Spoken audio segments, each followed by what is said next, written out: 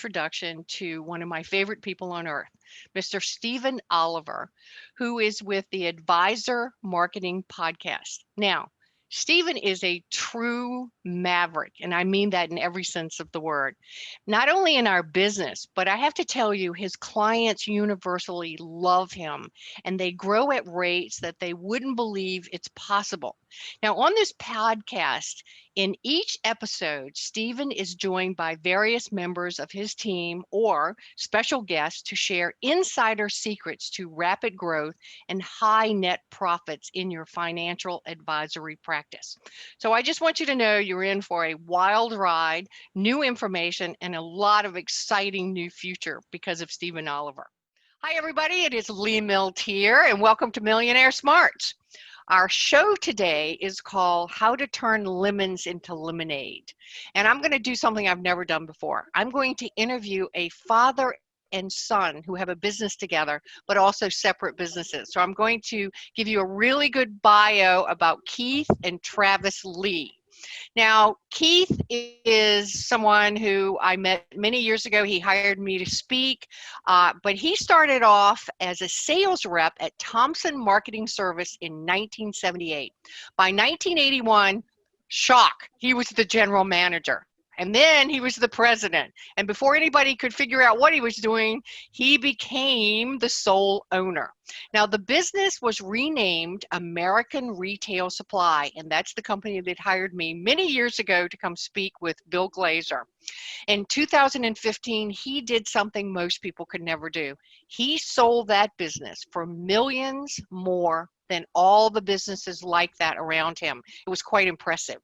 Now, Keith, like a lot of business owners, felt like a slave to his business. I'm sure you can relate to that now. It seemed like he was always responding to things and taking care of problems, but he had absolutely no time for himself. And that just flat out wasn't having any fun. He even thought about throwing in the towel and going back into sales. I know we've all had that thought. Even though Keith was a business school graduate, he found, like a lot of business owners, that what he learned in business school was close to worthless for what he was doing as a small business owner. He went looking for a better way, and when he didn't find it, smart guy invented it. So today, Keith teaches other businesses all over the world how to create a highly profitable business while living their life the way they want to live their life. So more than 500 businesses in 37 industries around the world has Keith's system. Now, he's married to Patty, his wife of 46 years. He is business partners with both of his children, Travis, with 3D Mail Results, and Jenny, who has a brand new business, Cycle Bar. Of all the titles that he's had in life, Keith's favorite title is Papa, Grandpa. So we really want to welcome you, Keith, and I'm going to introduce your son, Travis. Now, I've known Travis a long time too. He's very impressive. He's internationally known as an expert in getting direct mail delivered, opened, and read, which is the most important part, folks. As the co-founder and president of 3D Mail, he actually generates huge returns for thousands of businesses each year using his innovation and effective marketing strategies. His unique yet tested marketing methods have helped add millions of dollars in sales to many types of businesses, from kitchen table run sole proprietors to national and multinational businesses mailing millions of pieces each year. His techniques and strategies move seamlessly between business, let me make sure I can say this right, business to business and business to consumer worlds. A mouthful. Consistently provides positive returns. Are you ready? 200 to 3,500% for his clients. I got to tell you, that's impressive. He is the go-to guy for many of the top marketers in the country for 3D mail ideas and implementation. He's a sought-after speaker. He speaks to thousands of business owners each year. He's also, again, the creator of the 3D mail direct marketing system and his company is doing just gangbusters. He also helps people to use ready-to-use sales letters. So when he's not working, he spends time with his family. He loves skiing. And I want to thank both of you. Please say hello to our group. Hello, y'all. Glad to be here, Lee. Thanks for having us. Thank you. We're so happy that you're here. So I want everybody to know that these guys are extraordinary. And I'm happy that you're joining us today because we want to talk about the challenging times that we're dealing with the pandemic. And that the truth is we refuse to let anything best us. And so here's what we're going to do. We're going to talk about how to make lemonade out of lemons, and we need to advise everybody that you must think differently about your business as a result of this coronavirus. So my first question is, and I'm going to go back and forth between you, and so Keith, I'm going to talk to you first. One of the things that that prompted me to interview you is you did an email campaign called "How to Make how to make lemonade out of lemons," and I really loved it. It was a great title. It was very catchy. Everybody pretty much knows what it means, and you had some core things that you talked about. And one of the first ones was, the purpose of being in business is to live your life the way you want to live your life. Now, this is your tagline. So just go into a little bit why that's so important for entrepreneurs. Well, the reality is I think most entrepreneurs go into business with that thought that that's going to be what it is. Whether they started their own business because they were in a similar business, or whether it was a hobby that became a business, they were working for the man, if you will, and they went into business with the whole idea that now I'm going to be able to live my life the way I want to live my life. Now, the reality is most business owners end up with that being the farthest thing from the truth. I just give you an idea. I'm an avid fly fisherman. The people who own fly shops, for the most part, spend no time on the river fishing, okay, because they're so busy trying to run. Now, I know a few that do, and they've got their business, and those few that do have other people that can do all of the things that need to be done in the business while they go out and guide like they wanted to in the first place, okay? What you want to get to is you want to get to the point where you're not critical to the success of your business, or at least to the daily results and the daily things that need to be done. Now, let me tell you, when you've got that kind of thing going, and you talked about earlier on, you talked about selling your business for millions more than anybody in a like business did, which is exactly what I did. The reason you can do that is that you can now, your business is worth so much more because someone else can come in and take it over and not have to worry about whether they know enough about it. For instance, people who bought my business wanted 90 hours of my time for consulting after I sold them the business. I kept track of it on an Excel spreadsheet. I ended up giving them 10 hours. And the reason I only gave them 10 hours is that they would come and ask me something, and I'd say, well, it's in our MJRs. It's in Make You Happy Job Requirements. That's the systems. That's how you do every single job in your business. And they'd come and ask me, how do we do this? And I say, well, it's documented right here. Go look it up. And they just, and so they ended up using 10 hours of my consulting time rather than 90. The whole idea of this is that you are not the critical person to make sure that things get done and get done all the time. Now, again, hopefully you're, well, what ends up happening then is rather than spending your time on working in the business, you can spend your time working on the business. You can spend your time on the important things. Spend your time, we bought 11 competitors out over the years. Spend your time analyzing competitors, figuring out how you're going to buy them out, bringing in new product lines. Our product line probably went up 1,000%, well, more than that. Let's say if we had 300 items in our product line when I started managing the business, by the time we were done, we had probably had 30,000 items. So Wow. the whole idea is to work on your business and get the other people that are in your business taking care of those things. I think this is so important that you're saying this, Keith, because, during this pandemic where all of us sort of joked earlier that we've never worked, most people haven't worked so hard in their life if they're business owners. Uh, I think that when we get stressed as entrepreneurs, we don't use all of our resources. We don't, we're sort of reacting to life and to emergencies and to the high stress. And at the end of the day, we got no juice left, as I jokingly say. There's just no bandwidth left whatsoever.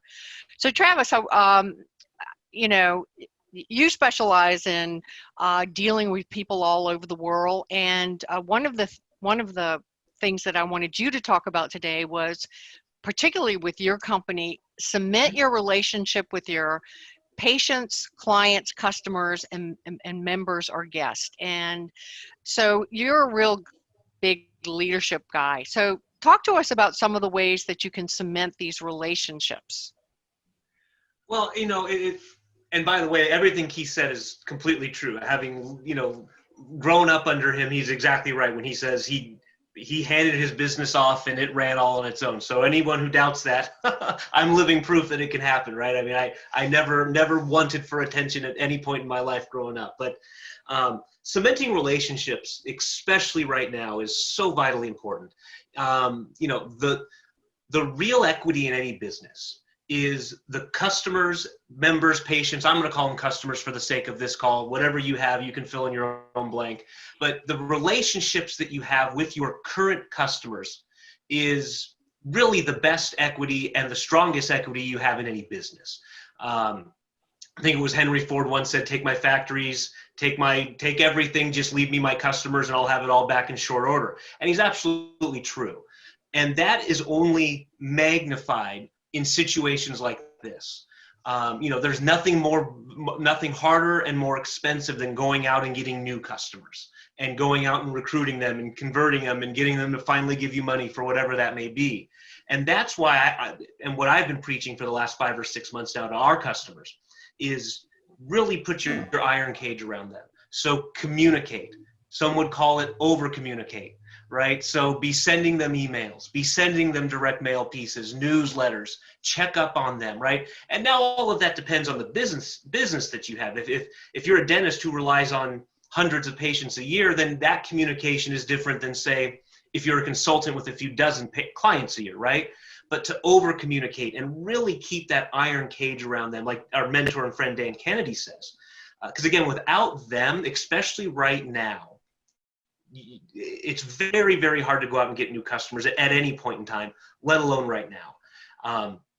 So we went from sending about 2 emails a week to our list to 4 to 5 emails a week to our list. And we started over communicating and we started giving great value without asking for anything in return. In fact, Lee, you were one of our first guests. We started doing about monthly webinars in the end of March. And you were kind enough to jump on one of those with us, right? And it was only to give back to our people. For a while there, we felt, over communicating and giving to our community was the best way to go about it. And we've seen it now, and I'm sure it'll come. It's going to, as the economy ramps back up and people start getting comfortable spending money again. I have no doubt that we've already seen it, that we're going to see that come back to us multiple times over. So just really communicating with them and over delivering on value. We did things, and we still do things for our best customers that we maybe would have never done 7 months ago. Giving them extras here and there, giving them, more time, more, anything we could possibly think of, so that when times weren't so tough, they thought, boy, Travis and his guys really did a lot for me and my company. So I'm going to make sure that I can do the same for him. So that's really where we are. And we're starting to turn that corner now where we're seeing more and getting more customers, getting new customers. But it was really about putting that iron cage and being of value for our clients for as long as we could. So I would sum that up by saying, instead of trying to sell something, be of service. Absolutely. And then, So Travis is the marketing guy in our, of the two of us. I certainly know marketing. I think I'm pretty good at it, but I'm the management guy. that same key is really critical right now if you have a team, and that is over communicate. Make sure, don't assume that they're okay being laid off and coming back at a moment's notice, even if they're getting more money than they got before they were laid off. Make sure they don't assume that that's okay. Make sure that if they're working from home, that you have a system in place to communicate with them more than you ever had before. And just tooting my own horn there, frankly, I'm just going to tell you, the people that are doing their what we call personal development interviews with their team, they can move those over to the phone every bit as easily as in person. And it gives you that, formal is the wrong term because these are really informal meetings, but it gives you that specific time and those specific goals that they're working on. And you're talking with them on a weekly basis now, rather than in your personal development interview, rather than every other week. I had a client just the other day that was saying, hey, I think, I've got Ben working from home now. I don't think he's putting in the hours. And he says, well, what are you going over with him in your personal development interviews? And he says, well, we kind of let those slip. Like, well, okay. Hello. I believe we have two kinds of clients. We have external clients and we have internal clients. So Absolutely. that's what both of you gentlemen just really, talked about. I'd just like to tell you from a personal point of view, when all the stuff hit the fan, and I am doing all these things, I'm ramping up all my communications with my internal clients and my external clients. I also became intensely aware of the vendors that I was using and how much they communicated with me, because it established my relationship. For example, I'd had a CPA firm that I'd been using for about 8 years. I wasn't particularly happy with them, but I wasn't particularly unhappy with them enough to move. During this entire thing, they never sent me one email, not one phone call, not one fax, not one anything about, the loans that were available, that the dates were constantly moving for, when we're going to file our taxes. I sent them a formal letter of resignation because it became glaringly obvious to me. These people were not my backup. They were not on my side. If they couldn't get out some information that was delivered to them through the government, through all that stuff, I'm not the right client for them. If you're not going to take care of me, I'm not giving you my money, is really my attitude in life. And I say that very clearly to everybody, because I hope not anybody who's listening to this isn't guilty of just flaking out, because that's all I would call it, just totally flaking out.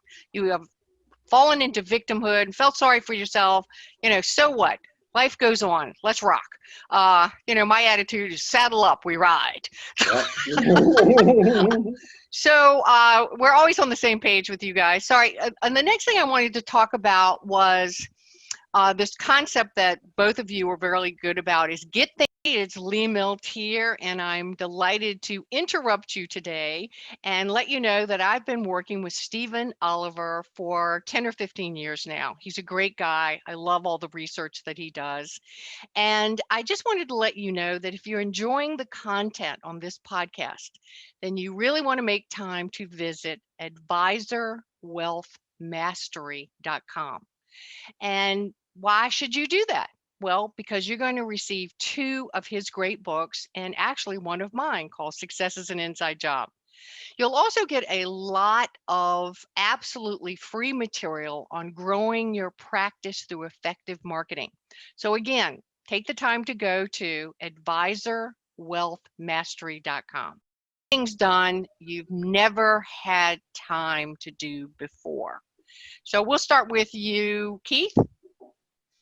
Yeah, well, it was one of the things that I talked about in my Making Lemonade series. That was and as you know, that was a series I actually did daily emails about how to get through this COVID thing and have your team in town. And if you're a busy business owner, there should be things that you've never had time to get done. That book you wanted to get done, those blog posts that you wanted to get done, the rearranging of the warehouse. And so when I put that out in my Making Lemonade series and asked people, what are you getting done? And that you never got done before, I got all of these things back from them that they're getting done that they never had a chance to do before, and that many of them ended up becoming profit areas going down the road. So they maybe got to do like Travis and I.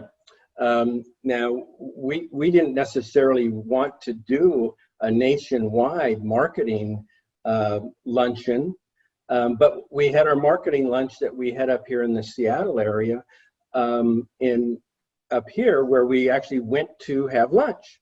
And we had a 2-hour meeting in marketing, and we had a lot of people in the room with us. We bought them lunch, they paid us money. It was all kind of good thing, and we talked about marketing and getting this done. Well, this we couldn't do that anymore. So this gave us the opportunity to do one of those meetings that was a Zoom meeting, and we just invited everybody from our local group to come in on the Zoom meeting. Well, then we decided, I'm looking at it and I'm looking at all these people, and they're all paying attention and they're all shaking their heads. And I'm like, so as soon as we get off that meeting, I go to Travis and I say, Travis, we need to do Zoom meetings, not just for our people up here in the Western Washington, we need to do it for people around the world. So we started doing those kind of meetings. Now, again, that's not necessarily, it might be the time for you to experiment, to try something, just to try something. Maybe you have the time to do it. So you experiment, you get the things done, you make a new marketing plan, et cetera, et cetera. This is a great time to get that done. So before I get you to jump in, Travis, jumping off you, Keith. So everybody out there, whether you're a dentist or a masseuse or an architect, whatever, this might be the time for you to do some video talking about, here's some things, how they could be of service to their customer, clients, or patients. So let's say it's a dentist and they can't, I know here for 6 weeks they couldn't even open, but they could have been saying, hey, here's some things you might not have been doing. You forgot to floss, you forgot to, do whatever. Everybody has tips that we know, but honest to God, we know them and we're so familiar with them, we forget other people don't know these things. And so that's always the thing I say to all my clients is, things your clients and customers and patients don't know, but you know them, so you don't think they're valuable, but they are valuable to other people. So whether you do a Zoom call or a newsletter or any of that stuff, again, you are actually programming everybody's brain that you are the go-to person for that particular thing. By the way, the CPA I hired sent out emails of all the change of dates, all the loans that were available, all the things that needed to get the loans. They just gave and gave and gave. And I went and interviewed the guy, and look, he was a great CPA, but I made some jokes and he laughed at me and I said, you're my guy. You laughed. Can work with you. We have a chiropractor that, and you might want to stretch what you're good at in this period of time. He has nutrition down.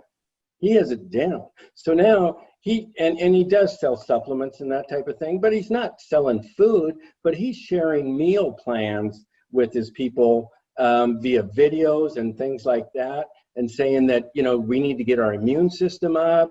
And so he goes into this whole thing where it's not just chiropractic and it's not just the supplements that he sells. He's helping them with their general health. So think about this, folks. Every time that an expert says something to you that's a little out of their box, now you in your own brain, it's a new brain site that opens up, that expands their brain to you, not only for, say, exercise, but now nutrition. So it actually fortifies your positioning. I love this. Okay, so Travis, what are some of the things you never had time to do, or things you're recommending to other people to get done during the coronavirus? The Corona shutdown. Well, I've got a couple different ones. We work, and Lee, you know this, we work with a lot of attorneys, a lot of bankruptcy attorneys, right? And so we help them, long story short, we help get them the appropriate mailing list to mail of people who are in financial trouble. I won't go down the dark, we could talk about that for an hour alone. But one of the things we've done, some of my clients, and us included, got very comfortable mailing the same piece over and over again, right? Because you do it and you never want to stop testing and tweaking. And for some of my clients, we had fallen into that, all right, it's good enough.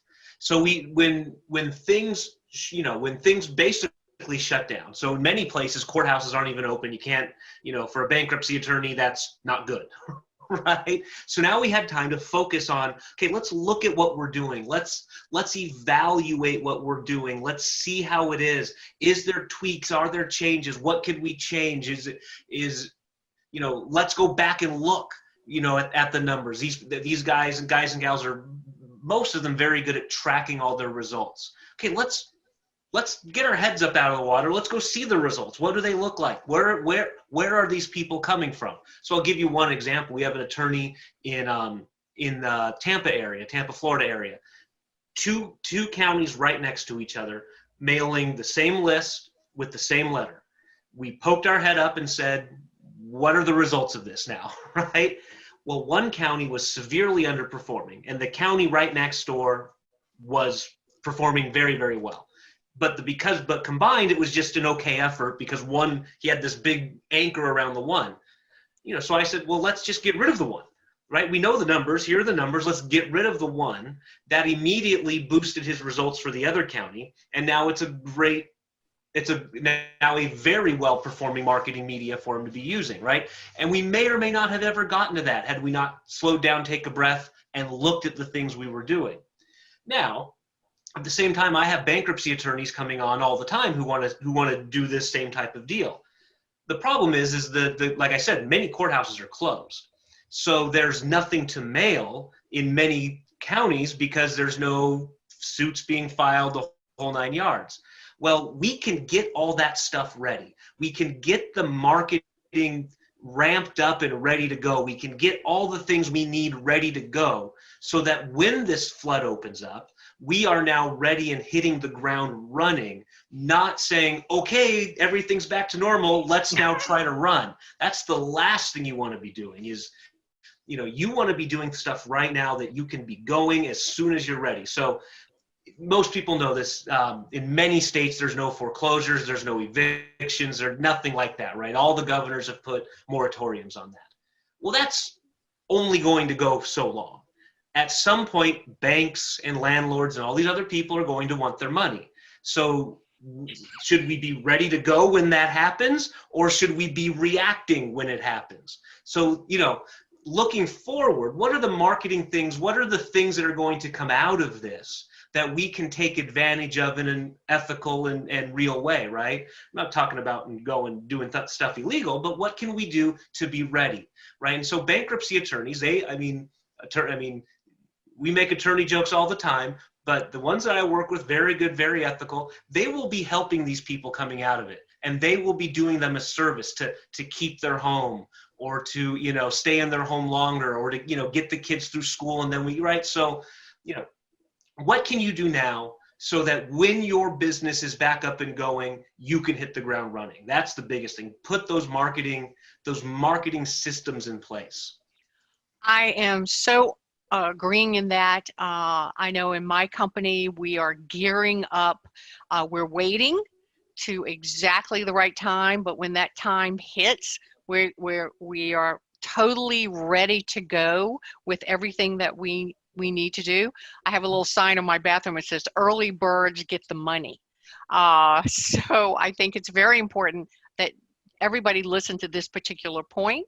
The other things you've never had time to do is, like, I know Travis, we have a great article from you, and you have, I think it's 6 marketing strategies to kick COVID's butt and come back stronger. That's going to be on our membership site. We're going to send to everybody. But as I was reading that this morning, one of the things you start was to write a book.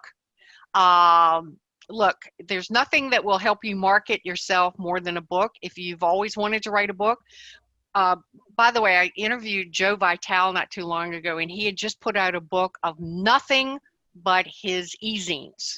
That's one of the other things. I mean, we had Mike Capuzzi on, we had you on with our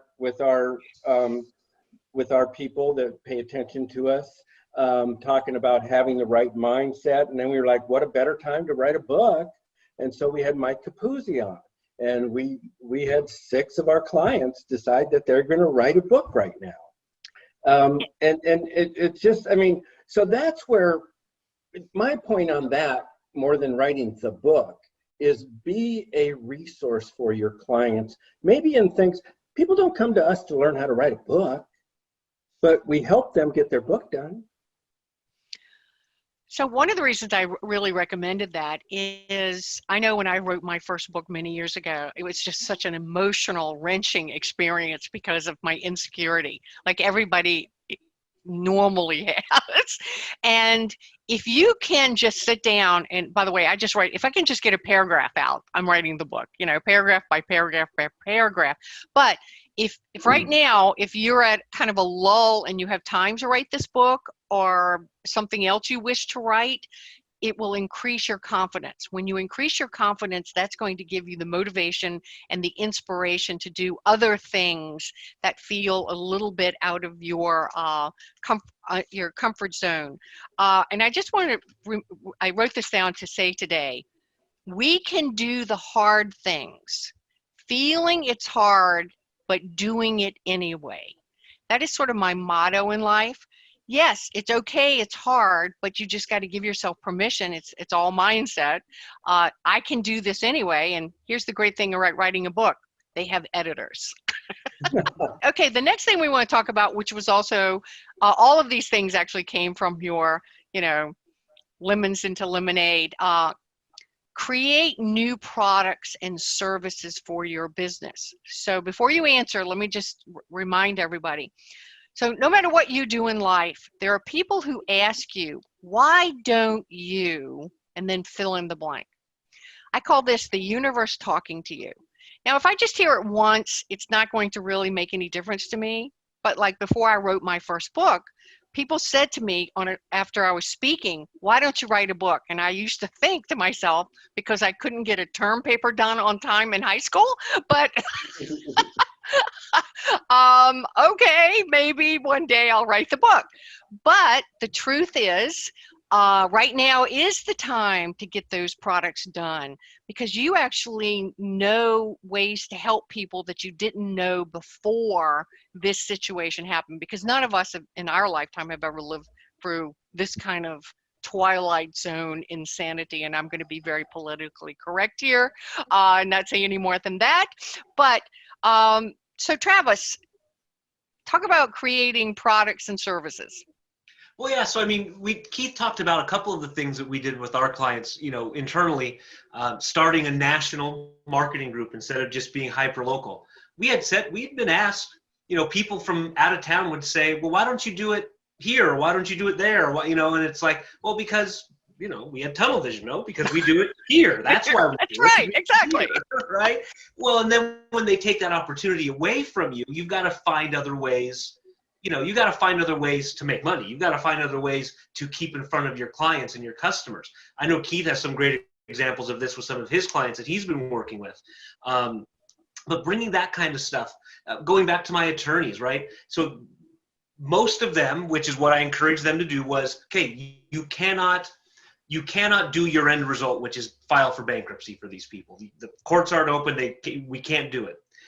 However, you need to continue to advertise so that the phone still rings. And inevitably, what would happen is they'd get on the phone, person would say, tell me about what are my options, and then 15, 20 minutes in the call, they'd come to the realization, okay, I can't really do anything right now because I can't, right? I physically, the government will not let me move forward with this.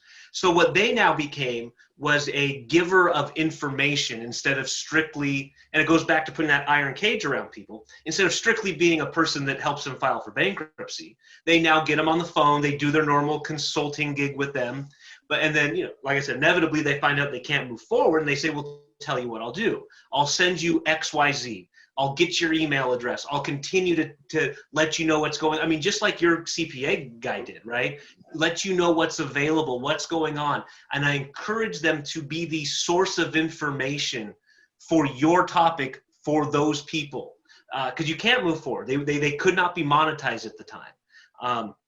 But they certainly will be able to. So their new, they went from providing the service of bankruptcy by and large to providing the service of let's be an informational outlet to these people.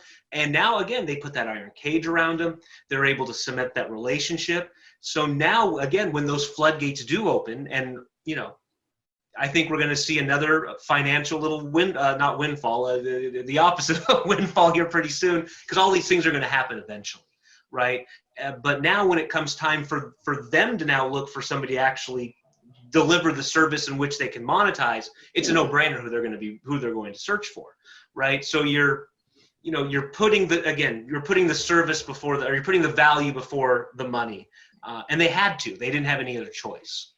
So let me ask you this, and this is just a fun question of, thank God I'm never going to file bankruptcy, but if I was a person who had to do that, and I called a lawyer, what about suggesting to these people that they actually utilize other things like, everybody needs a will, everybody needs, things like that certainly they could figure out at the law office. Yeah.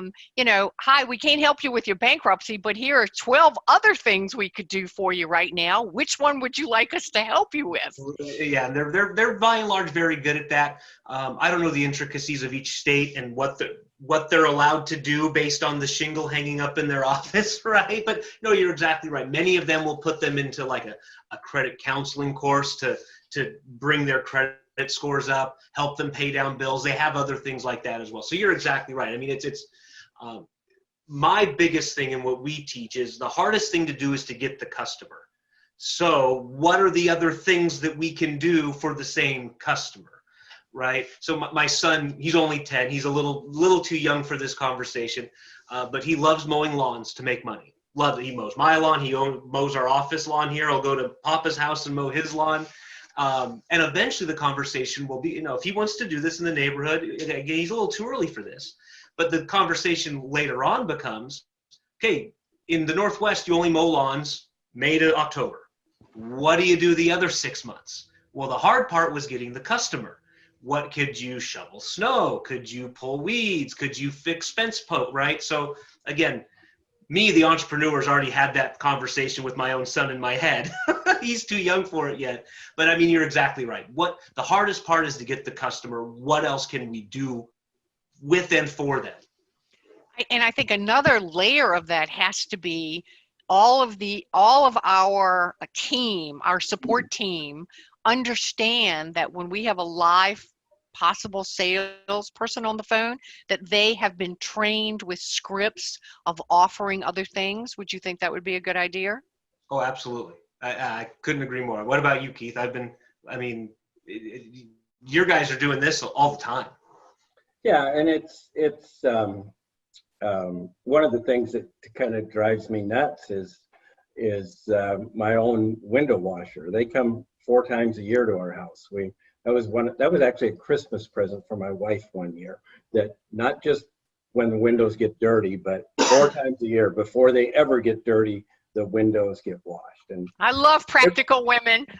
It wasn't the main. I was going to add, though, it wasn't the main Christmas present, but it was one of them. Okay. But what drives me nuts is I know this guy does all kinds of other stuff, but he never leaves me a quotation to pressure wash the house, pressure wash the driveway. He hasn't got a joint venture going with a gardener to come in and take care of those kind of things, etc. again, my primary business, American Retail Supply, we sold handheld price marking guns to retail stores when I started. Ka-chink, ka-chink, ka-chink. That was our only product. By the time I sold the business, we sold more different products for retailers than any other distributor in the country. That's just and that didn't happen overnight. I mean, we went from, how do we go from affording, $10,000 worth of inventory to $2 million worth of inventory? Well, you better have some profit along the way. Okay. So Lee, I want to tell you about a client of mine that you talked about, new products and stuff that can come up from this thing. From Nutley Music in New Jersey, is a private client of mine. She called up just all Twitter-pated about this COVID thing because she couldn't have in classes in her studios anymore. And so with some help from me, but frankly, mostly help from some of her younger people, this gets into getting your team involved because she had never done Zoom before. She didn't have any idea about it. All of a sudden, so what they did is they took all of their classes and put them on Zoom meetings. She thought her business was going to go out of business. She ended up at the very worst of this being down 15%. Is all she was ever down. She's now up to 90% and now actually adding students, so she should soon be over 100% again. She now has people coming in for classes again into the studio, but some of them want to just continue to do them from home. So now she has 2 product offerings for this, but what's really cool is a couple of the other products that she added. And I'm going to bring this, I'm going to bring a word in that I learned, probably 20 years ago. And that word is offer threat. And if you look, you need to, whenever you have an opportunity, sometimes we only look for the positive in the opportunity and we don't look at the threats that that opportunity might have. And we have to do that. I've done that before. That's been some of my biggest mistakes, is being, this can't fail. And I put all kinds of time and money and effort into it and it fails, okay? Because I only looked at the opportunity. So we need to look at every opportunity as a threat. We need to look at every threat as an opportunity. Now, all of a sudden, she has a market that potentially is worldwide because she can do Zoom music lessons worldwide if she wants. Her target, as she gets going, now is not worldwide, but rural America, where they don't have a lot of opportunities for kids to have music lessons. So she's going to start marketing this to rural America. So that's one of her big markets. Another big market that she has right now, it may not last as long, but another one that she started is small group lessons. And the reason she did this is she's got parents out there that maybe just want to get the kids out of the house, but also understand that they're not getting that social interaction that they were getting at school. So she's got these 2 new products that are just really can change the world for her. I have never heard of this opportunity threat thing before. You've really opened my eyes. And when you said I only look at the positive, I'm very guilty of that. And I also have been so sold on things and not tested them. Yep. And then shockingly, they just because I like it doesn't mean everybody likes it. Travis stops people in their tracks all the time with that. And what I mean by that is he'll have somebody and they'll say, well, I want to do a 10,000 piece mailing. Travis is like, well, why don't we test 2,000? Okay, let's not, some of my biggest marketing mistakes were when I looked at something and said, this can't fail, spent all kinds of time, money, effort, everything into it, and it failed. So yeah, I can attest to that. Oppor threat. And I got it out of a video 20 years ago. I love that. I really, really think that's a really valuable thing for us to know. One of the things I ask myself every morning, because remember, the way we get intuition, the way we get great ideas is we actually ask ourselves questions, which means that our brain goes into this search of everything we've ever taught, ever read. It's all there. other than we can't remember our best friend's name at a cocktail party to introduce them. All that information is there. And every day I say to myself, there's millions of dollars on the table. I'm now just waiting to figure out, what I can tap into for my share. And, little things like that. So I ask myself questions, what do people want now? What makes them feel safe now during this situation? What are they willing to spend money on or, invest in now? And it's really been very interesting with some of the things that I'm coming up with that I'm investigating because I have actual time to do it. So we are really, unfortunately, getting a little close on our time. But the other thing that was the really big point in the turn lemons into lemonade concept was, what are your plans, tactics, and strategies as you come out of this mess? We touched on this very briefly, but I think I'll just share that I can tell you I've had my little office building for 16 years. And, I'm going to come with some new plans. I'm either going to lease part of it out or I might sell it because, what we've really realized is we've been in internet business for like 8 years. But we still have a physical location. And I've actually realized that all my staff loves working at home and we can work in remote places, and I can work at home, I can work anywhere. And so I'm giving myself permission, and that's the word everybody should remember, give yourself permission to just investigate what if. What if I sold my building? Or what if I rented part of it out? Or, Travis, I think, no, Keith, you talked about acquiring businesses.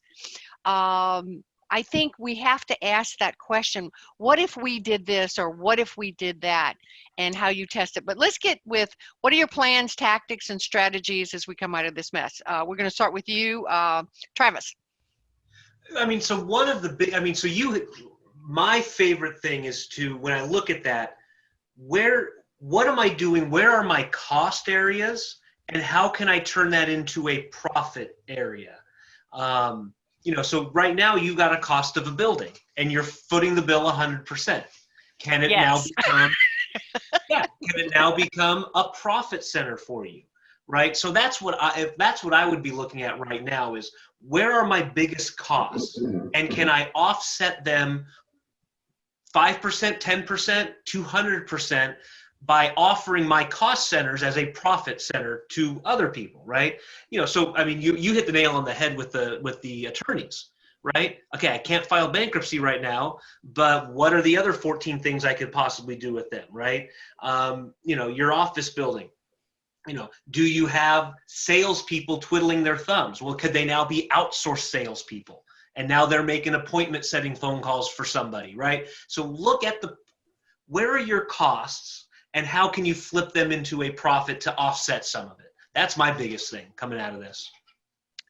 Yes, and that's what I started asking myself. I was like, I think everything came due at the same time. The flood insurance, the yearly insurance, the taxes. I think like the 1st of June, this barrage of expenses all arrived on my desk on the same day, and I went, whoa. So I would get everybody to have an office meeting, a family meeting, and reward people who come up with the best money saving ideas. And really, it's for me personally, having meetings with my staff who actually know how to do things much better than me at my own office, asking them, where can we save money? And that sort of thing. They always come up with little areas of, well, we didn't need to buy that. We could just lease that. Or, instead of us doing it and having too many people here, why don't we just outsource that? I think the world has very much changed. I think all of us will agree it's not going to, I really detest the new phrase, the new normal. I do not like that because that means I'm not in control. I like to be in control. But there will be a new normal for us that can be improved. Yes? Absolutely. Yep, no doubt about it. So Keith, what about tactics and strategies that you would, and any kind of plans that you would suggest? Yeah, you just don't stop looking and thinking. And I think that one of the biggest things you said right there was get your team involved. If you're meeting with your teammates in regularly scheduled personal development interviews, you are going to get so many ideas out of them that you won't have time to implement them all. Bottom line is, though, that with using some of the marketing stuff that Travis teaches, that we learned from Dan Kennedy, all of that type of thing, we're at 160% of the number of members we should have at this time before we open. And that's comparing us with other people opening up when they could have rides. They could have a bike at a fair and be doing things. They could have a bike in front of the Safeway and be getting leads, and they're doing the pop-up things and all that, which we can't do any of that, but we did things differently. So one of the things to look at now and in the future is using yourself and your team. And I can't come up with the right thing for you to do in your business or somebody else to do in their business, but be creative and make sure you go back to some of the real basics too. One of the things that you said is we need to do things differently when we started this. And I couldn't agree more, but we also need to do a lot of things the same. And that is always be looking for the opportunity to do things differently, okay? Differently and the same. For instance, I mean, if we would have followed what Cycle Bar has as their marketing plan and their sales plan, we'd be lucky to be at 100% of where we should be. We're at 160 some percent because we use the kind of marketing Travis teaches, okay, rather than their marketing. Duh. We had a great call to action on our postcard. They didn't. Okay, we had a launch, if you will, and these are some terms. If any of you are out there and want to learn these terms more, we don't have a time to define them here, but email Travis at 3D Mail Results. Look at where you can find these things. Look at where you can do things differently coming out of this whole thing. Those are some of the things we're doing. So in one of your emails, I have this yellowed in my notes here. It says, you must choose to thrive by strengthening your business immune system. And that's what we could have called this call today. And you also had in there, I'm going to quote, it says, the role of a leader is not to come up with all the great ideas. The role of a leader is to create an environment in which great ideas can happen.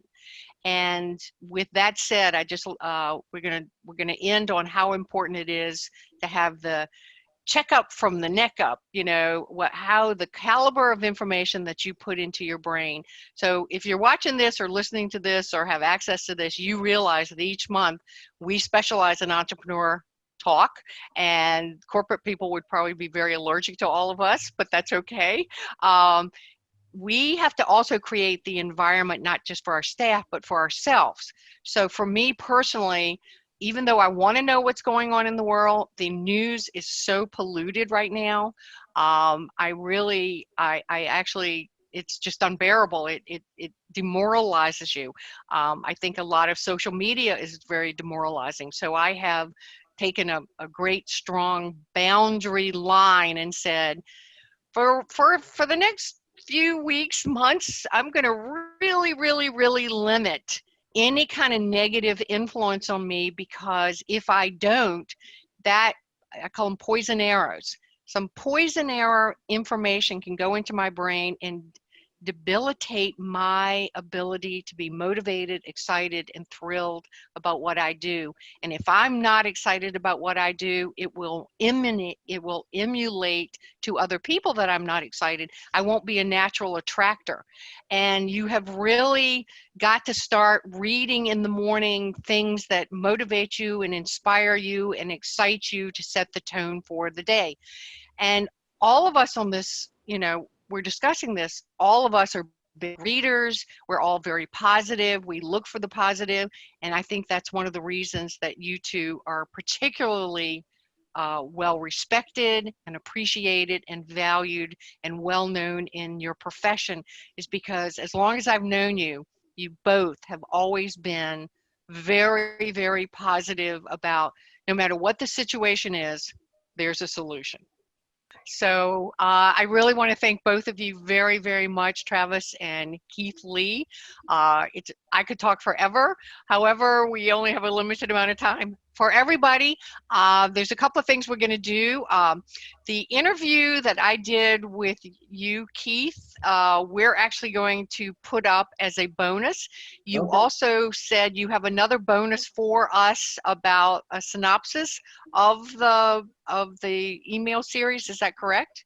Yeah, making lemonade from lemons was, I think it was daily emails for at least 2 months, I think. And I compiled those afterwards. That's the beginning of my book, okay? And for people who were paying attention to me at the time. And yeah, that'll be another bonus you can put in there. If you go to the membership site, you'll be able to get those bonuses plus all of our faculty. We have some new faculty members, which we're very, very excited about.